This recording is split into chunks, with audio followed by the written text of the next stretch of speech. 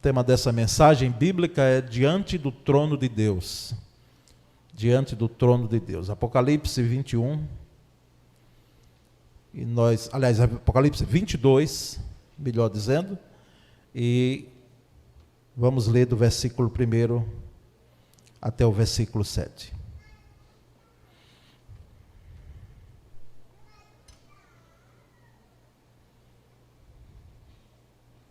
Diz assim: mostrou-me o rio puro d'água da vida, claro como um cristal, que procedia do trono de Deus e do Cordeiro.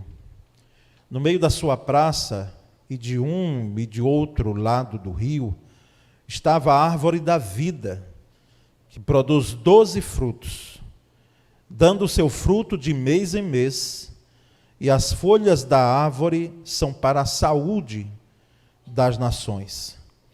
E ali nunca mais haverá maldição contra alguém. E nela estará o trono de Deus e do Cordeiro.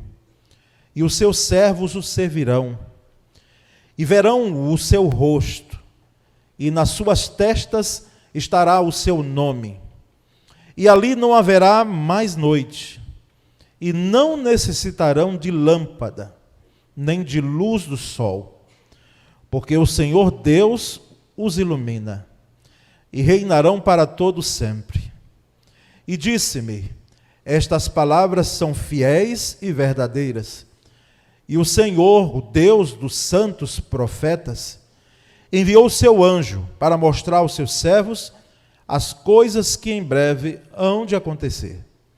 Eis que cedo venho, bem-aventurado aquele que guarda as palavras da profecia deste livro. Amém. O livro de Apocalipse, por algum tempo, ele foi tido como um livro misterioso, um livro cheio de símbolos, né? Cheio de figuras, como nós chamamos em teologia, e não se debruçava muito sobre ele. Nos últimos anos, louvamos a Deus porque alguns escritores têm se dedicado, né, a trabalhar, alguns com algumas linhas que nós não caminhamos, né, batistas, mas outros muito bons e coerentes com a nossa forma de ver. Percebemos, irmãos, então, que aqui nós temos, nesse texto, alguns pontos, alguns elementos fundamentais do que ocorre diante do trono.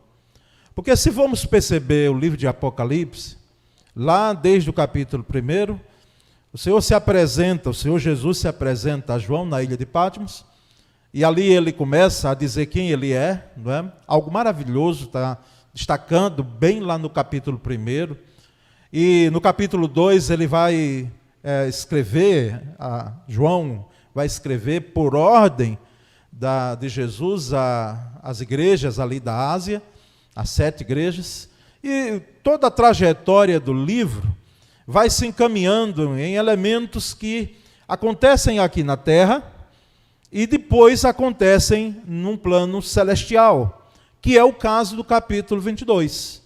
Aqui João já está com a visão celestial daquilo que está acontecendo no céu, tá certo? E gostaria de destacar, pois, então, alguns pontos, como disse, desse texto, e trazer à nossa mente o que o próprio texto diz. E o primeiro elemento que eu trago aqui é o aspecto da nova vida. No versículo 1, que eu gostaria que você me acompanhasse aí, eu lerei, mas você me acompanhasse a leitura que está sendo projetada na tela, diz que então o anjo me mostrou o rio da água da vida, que claro como um cristal fluía do trono de Deus e do Cordeiro. Então, anjo existe e eles estão presentes em Apocalipse, de forma considerável. Não se deve adorar anjo, não se deve fazer orações a anjos, não cremos, respeitamos quem pensa, quem crê dessa forma, mas nós evangélicos não cremos em anjo da guarda, não é? Mas eles existem, são seres ministradores de Deus em favor da igreja. E aqui em Apocalipse ele se apresenta a João e mostra esse rio da água da vida, que era claro como um cristal, com uma água limpa, e fluía do trono de Deus. Porque esse primeiro elemento, esse primeiro aspecto aqui é de nova vida, irmãos.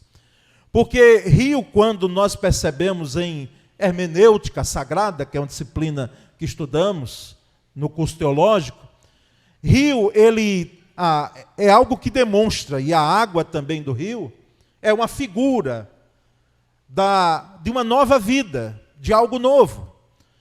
Porque por mais que eu e você não tenhamos a formação na área que trabalha com esse aspecto da hidrografia, mas percebemos a diferença muito clara entre o rio e o lago. E o rio é próprio do rio que as águas dele, elas fluam, elas não ficam paradas. E dependendo do que estão fazendo também com o rio, e lamentavelmente no aspecto terreno, agora eu desço, né, um pouco aqui, para trazer também a reflexão nossa, em relação não apenas ao aspecto ecológico, mas dependendo do que se faz com aquele rio, as águas dele se tornam limpas, não estão estagnadas, porque sempre ele está vindo da nascente, e ele está descendo até as partes inferiores do relevo, e vai para forma lagos, e desemboca naturalmente nos oceanos. Então, o aspecto da nova vida é nesse sentido. Desse rio que traz nova vida, novo momento, com a água clara, límpida. E percebemos então que esse rio, que é símbolo da nova vida, ele flui justamente do trono de Deus e do Cordeiro. O trono de Deus e do Cordeiro. Nós cremos na triunidade, Pai, Filho e Espírito Santo, plenamente, e percebemos que aqui nós temos as duas pessoas da divindade. O trono de Deus, o que nós chamamos Deus Pai, e o trono do Cordeiro, que é Jesus Cristo. E esse rio fluía desse trono. Nos traz, irmãos, a lição de que é do trono de Deus, é do trono do Cordeiro, que provém a nova vida, o novo momento. Então, Deus, ele na sua soberania, através do seu poder, e Jesus Cristo como Cordeiro que foi morto, mas que reviveu, eles agora instauram um novo momento. Um novo momento. E nós percebemos então esse primeiro aspecto aqui, dentro desse texto de nova vida. Um rio que traz um novo momento, e o centro aqui não é o rio. O foco aqui é o trono. Porque o trono, e quem se assenta no trono, mais ainda, é que de tudo parte dele para a história das nossas vidas, a história da humanidade. Mas há um segundo fator aqui em relação a esse texto, que é a vida eterna. Vida eterna. E no versículo 2, eu gostaria que você me acompanhasse, ele diz: no meio da rua principal da cidade, de cada lado do rio estava a árvore da vida, que dá 12 colheitas, dando fruto todos os meses. Coisa boa. As folhas da árvore servem para a cura das nações. Por que o aspecto de vida eterna, irmãos? Porque essa cidade, não é? Que chamamos é chamado em Apocalipse a Nova Jerusalém, ela, de fato, de cada lado desse rio, tinha a árvore da vida, que nós lemos lá em Gênesis. Ela lá presente, quando há a queda, o pecado original de Adão e Eva, essa árvore está lá presente. E ela agora se apresenta agora também em Apocalipse. E é uma árvore da vida, é uma árvore que traz não apenas cura as nações, como o próprio texto diz, mas é uma árvore que traz vida eterna.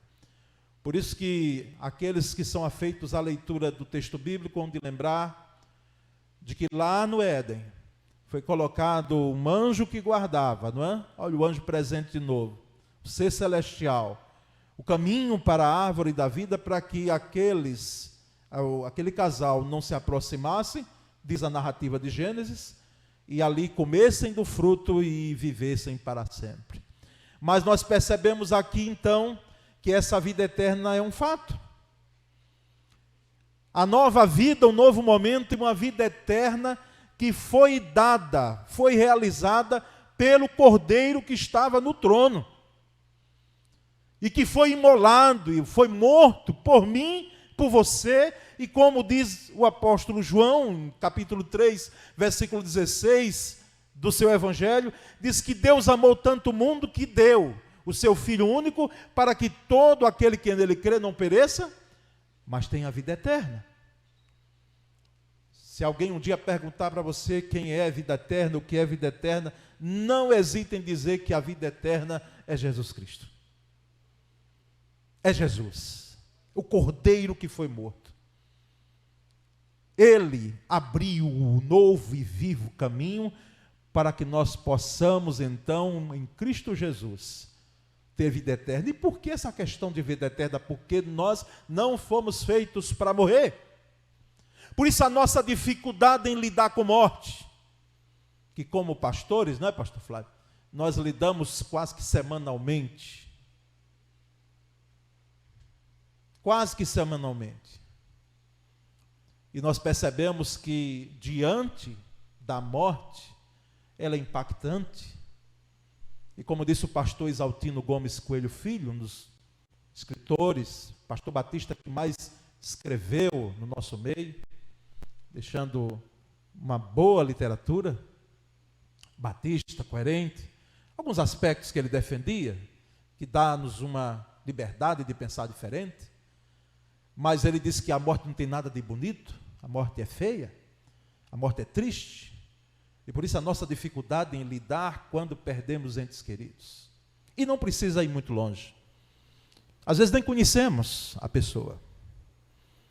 Lembro de pessoas brasileiras, artistas, desportistas, que quando falecem, eu mesmo nunca vi, mas a gente se comove. A gente se comove. E a gente lembra da família, mas a gente também deve lembrar de que essa dificuldade em lidar com esse tema, que às vezes na roda de amigo não é bem-vindo, porque as pessoas não querem falar de morte, querem falar de vida, não é? Mas o fato é que Deus, em Cristo Jesus, nos deu vida eterna. Vida eterna. E essa árvore da vida aqui é uma metáfora. É para demonstrar que, na verdade, aqui nós temos uma ilustração em Apocalipse, uma figura de algo que traz cura e de que traz vida eterna. A cura das nações. A vida que Jesus promove em uma vida que é alcançada pela graça dele, como milhões de milhões, e como diz as versões mais antigas, miríades de miríades, se encontraram ali diante do trono, em capítulos anteriores, dizendo, digno é o Cordeiro, como cantamos aqui, de receber toda a honra, toda a glória e todo o louvor. Mas há um terceiro elemento, meus irmãos, dentro desse capítulo 22, e agora no versículo 3, que é o que eu chamo de propósito eterno. Já não haverá maldição nenhuma. O trono de Deus e do Cordeiro estará na cidade, e os seus servos, o quê? O servirão. Já não haverá maldição alguma. Inclusive, arrefeceu-se mais, mas a teologia evangélica sadia foi até ameaçada, entre aspas, porque nós não devemos permitir que a sã doutrina, quando percebemos que a Bíblia ali traz texto e contexto, em alguns aspectos teológicos, na questão da maldição hereditária, que se questionava muito. Eu mesmo nessa época estava à frente de congregações, e até ainda aqui, antes de sair, nós ouvíamos muito. Sabemos que as pessoas elas sofrem os reflexos do ambiente. Sabemos disso. Mas percebemos claramente que não se está obrigado, porque um antepassado teve um comportamento, uma atitude, uma vida que se enveredou lamentavelmente por ações e por vícios, quem sabe, que aquele filho, aquele neto tem que levar essa carga, em hipótese alguma. É uma teologia fajuta, que não se sustenta ao crivo das Escrituras. Mas nós sabemos também que essa questão de maldição, hoje aqui na terra, ocorre muito porque o ser humano, como disse o filósofo, ele procura ser o lobo do homem, do seu próprio semelhante.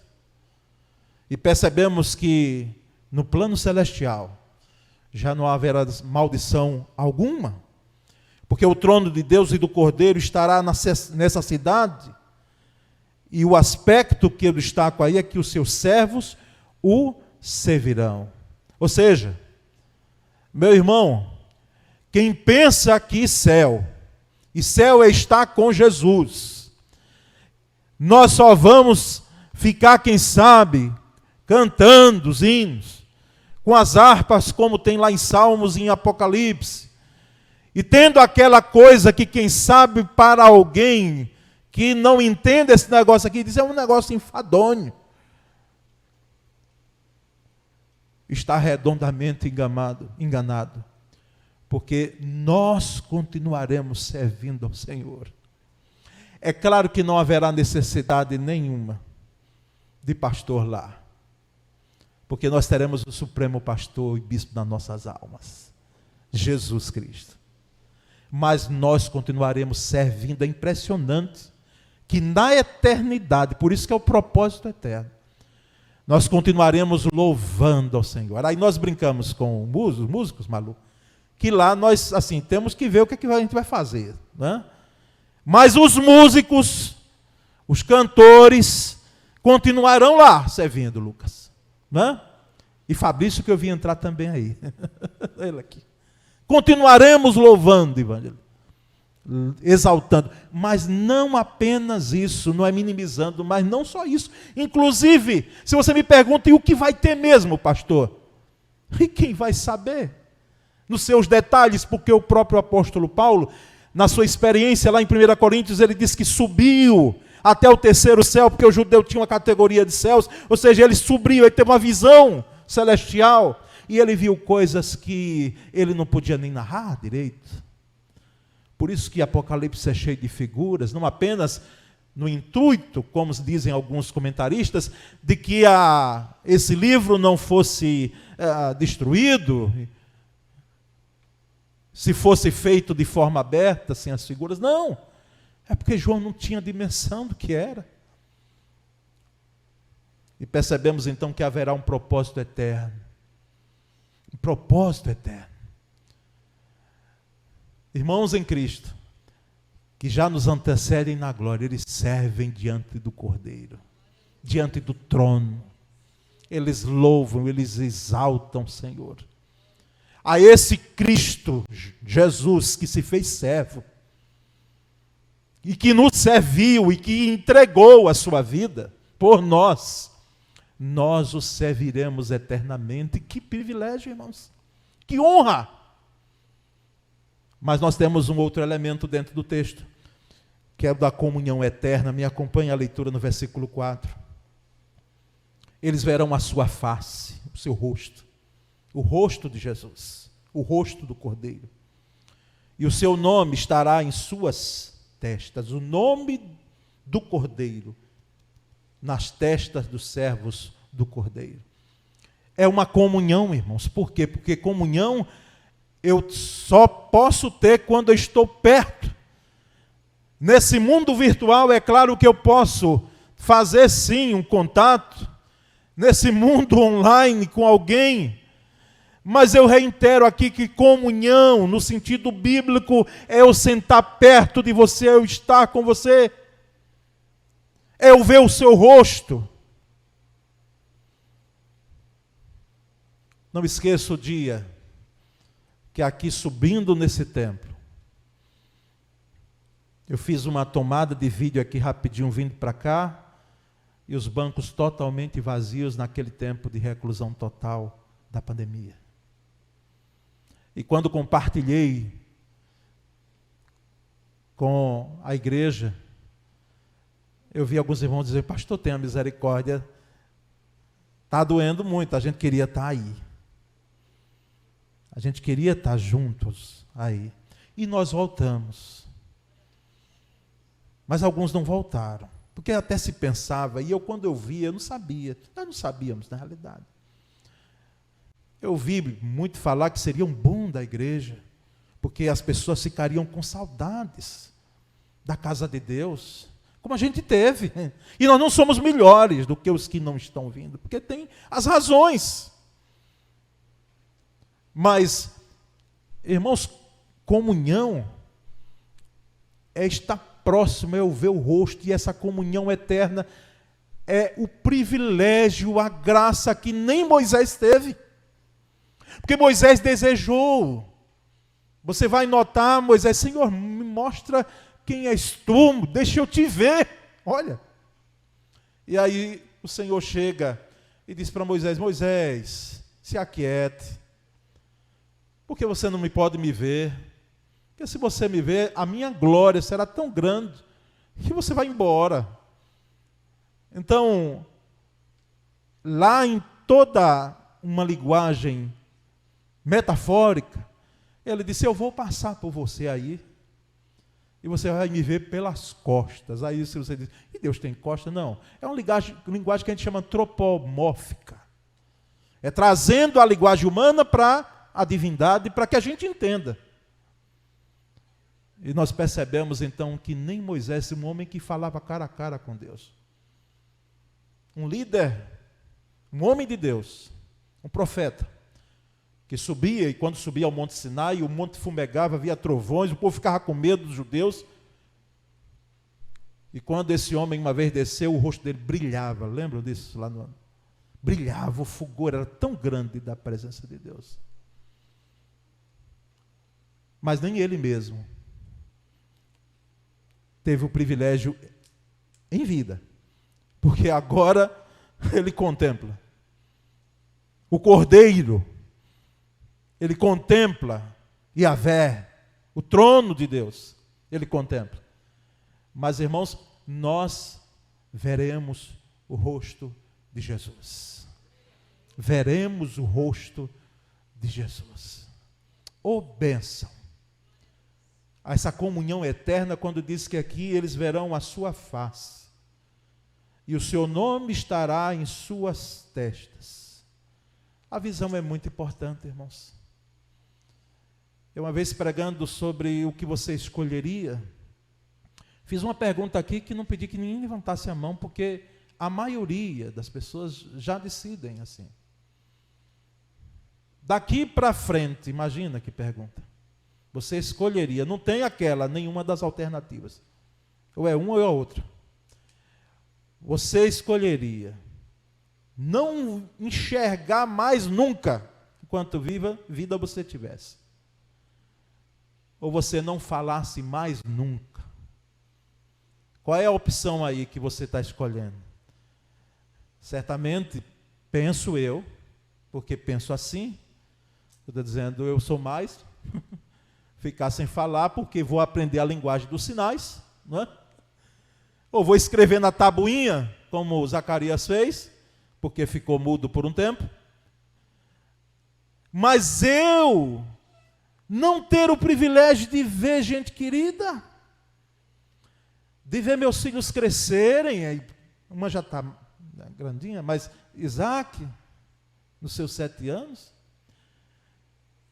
de contemplar o rosto de gente que eu sei que me ama e eu amo, e sou mais amado ainda.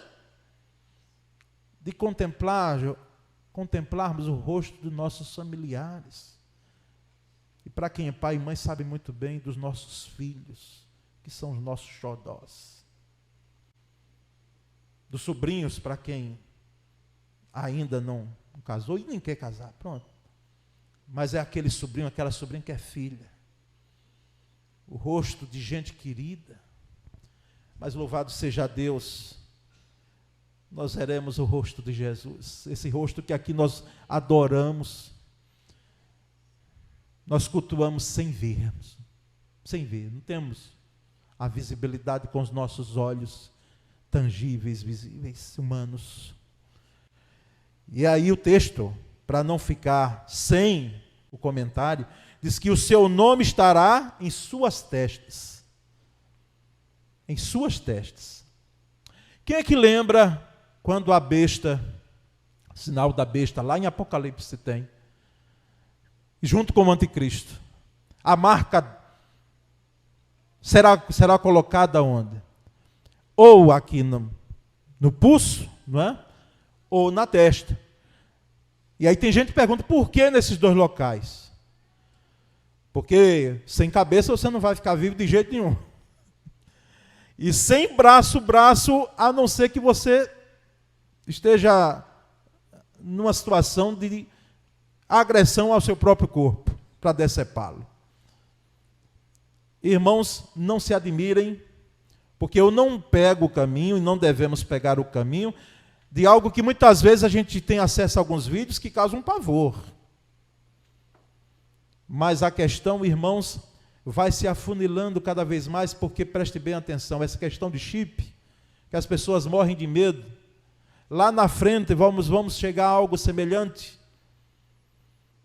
porque é muito número para decorar, é muita letra muitas vezes, e tudo será, então, e não haverá um lado só ruim, haverá um lado bom, onde você com uma digital você tem acesso.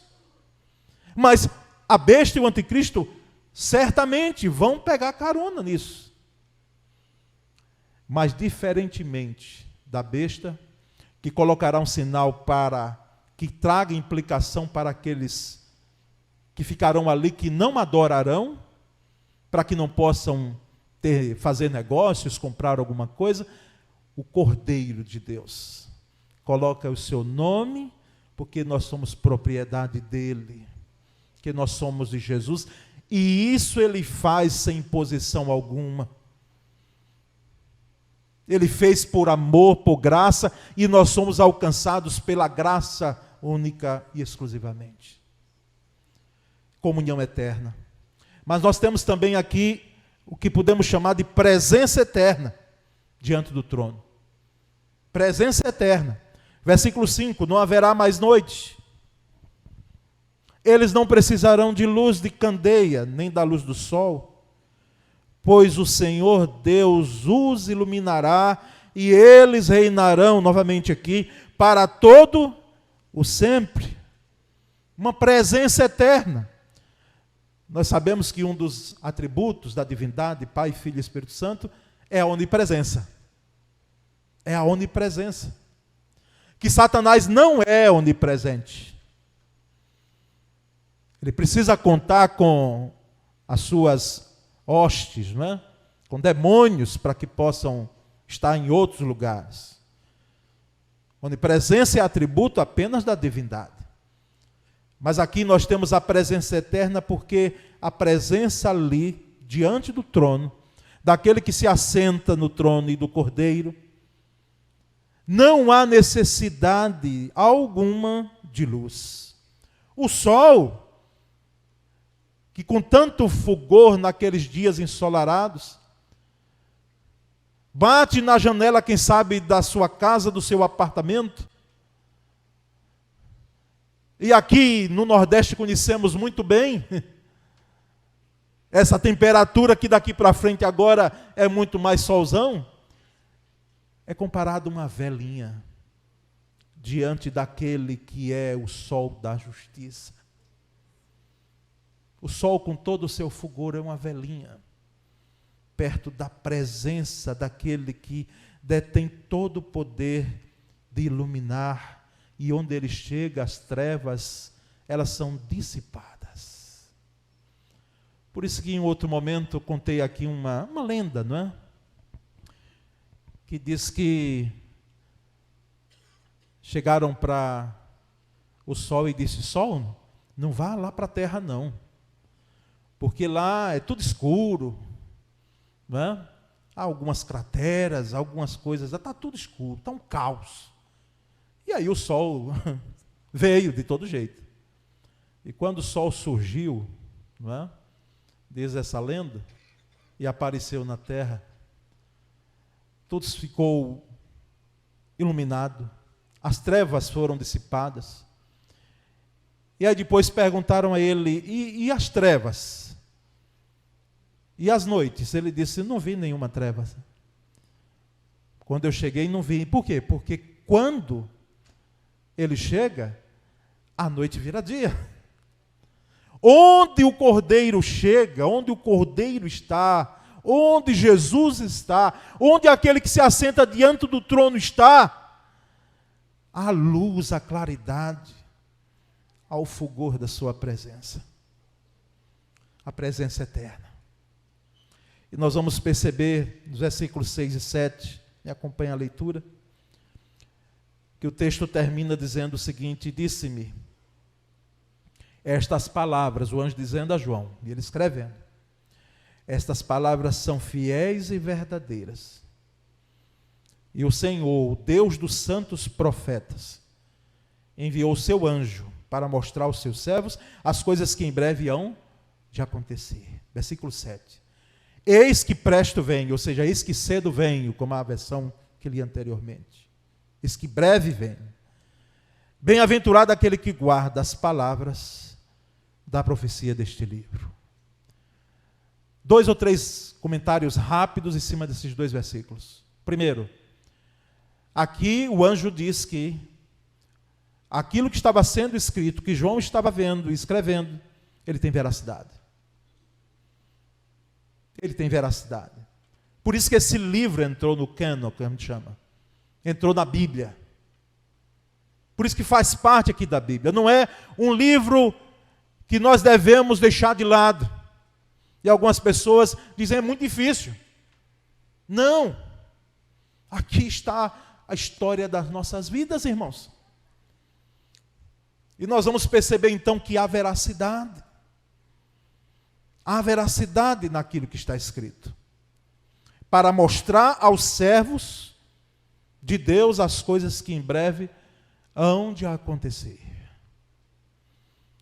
E percebemos no versículo 7 uma expressão que a gente tem como idiomática, não é? Eis que cedo venho. Jesus, o anjo falou com a inspiração dada pelo Cristo, de que cedo viria. Esse cedo já vão mais de 2000 anos.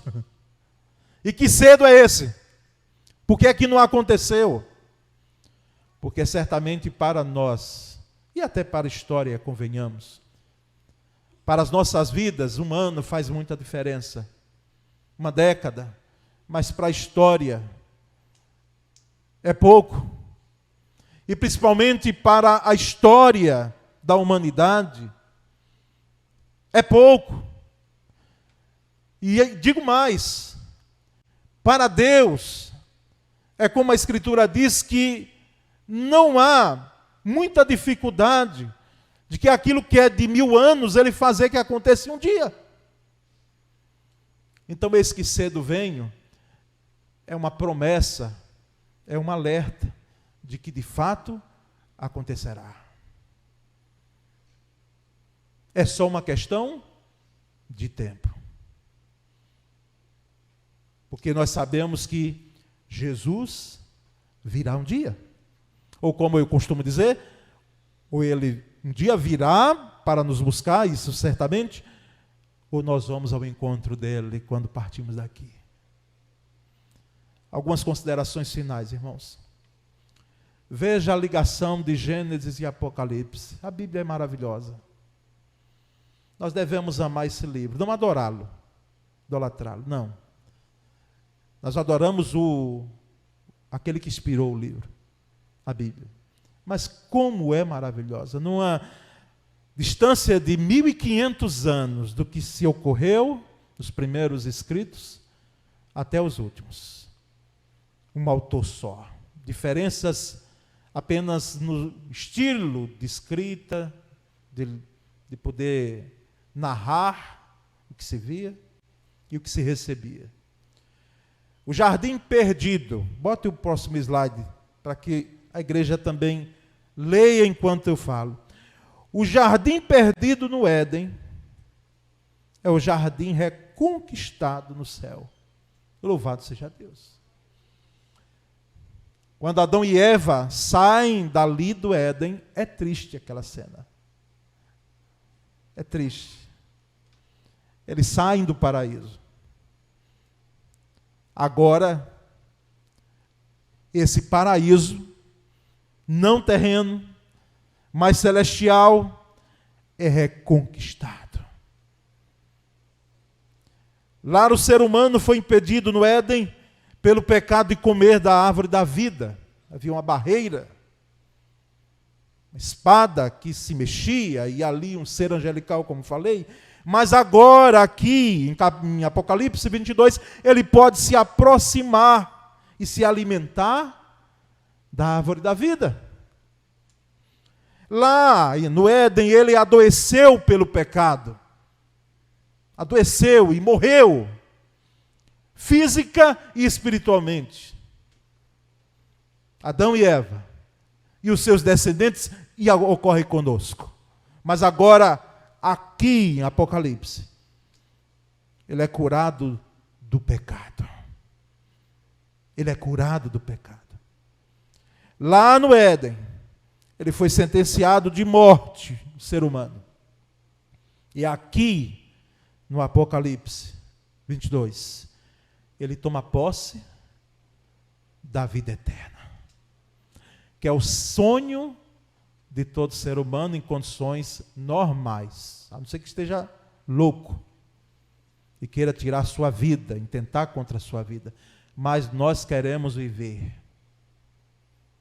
Vez por outra eu escuto: pastor, eu quero chegar a 100 anos, né? E que se mais tivesse anos. O Matusalém, não é? 900 e tantos anos aí.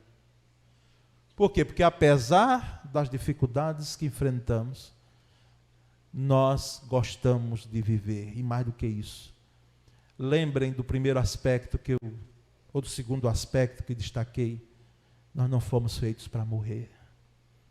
Não fomos feitos. Aqui, o ser humano alcançado pela graça de Cristo Jesus, é bom que se diga, toma posse da vida eterna. Por isso os muitos mitos em relação a uma vida longeva, uma vida sem fim. Por isso os mitos gregos que apontavam para pessoas que nunca morriam, para os deuses gregos. Tudo isso deixado de lado, no aspecto mítico da coisa, mas no aspecto bíblico verdadeiro. Por quê? Porque existe um que dá a vida eterna, concede a vida eterna, através da sua vida, o Cordeiro. Que a igreja do Senhor nessa noite seja edificada com essa palavra. Meus irmãos, nós estamos aqui, mas estamos sabendo, como disse o apóstolo Pedro, foi Pedro que disse: nós somos peregrinos aqui. Nós somos brasileiros, os que são ou cidadãos de duas pátrias para o que tem dupla cidadania. Mas nós sabemos que a nossa pátria celestial não é aqui. Nós sabemos que nos aguarda o nosso Senhor Jesus Cristo, o qual veremos face a face, numa comunhão eterna com Ele. Amém, meus irmãos? Glória a Deus por isso. Então vamos orar. Muito obrigado, Senhor, pela palavra explanada. Como costumo dizer, eu só posso ir até aqui. E agradeço pelo privilégio de expor, mas a responsabilidade, porque, Senhor, o objetivo da palavra é alcançar mente e coração. É dizer à igreja do Senhor e dizer quem está sentado aqui nessa noite, que ainda não conhece o Cordeiro, de que existe uma vida eterna em Cristo Jesus e que essa vida aqui ela é passageira. E nós, ó Deus, rendemos toda a honra e toda a glória, porque o Senhor continua e sempre está e estará no trono. No trono. Tu governas soberanamente. Com uma ordem tua, as coisas são mudadas de uma hora para outra. Como disse o salmista, de uma hora para outra, reis caem. O poder humano é abalado, inclusive a própria natureza e os nossos corações. Muito obrigado, Senhor, porque estás no trono. E a nossa vida, a vida da tua igreja, ela não está à deriva, ela não está ao acaso. Existe um Senhor que manda, que comanda, que ordena, que desmanda quando quer, que faz, que desfaz, como Ele quer.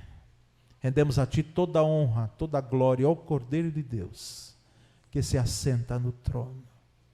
E nós oramos, porque sabemos que o Senhor fez nova vida em nós. Esse rio que falamos, ele é claro como um cristal, límpido, e que em nossa vida, Senhor, aqui terrena, as águas não fiquem estagnadas no nosso coração, com amargura, com rancor, e que tudo quanto não presta em nossa vida, jamais sejam estagnadas, para que não venhamos ficar doentes. Mas, ó Deus, que como um rio, flua abundantemente o Teu poder, o Teu Espírito Santo em nossos corações, fazendo com que toda a sujeira seja dissipada. Essa é a nossa oração e fazemos em nome de Jesus. Amém.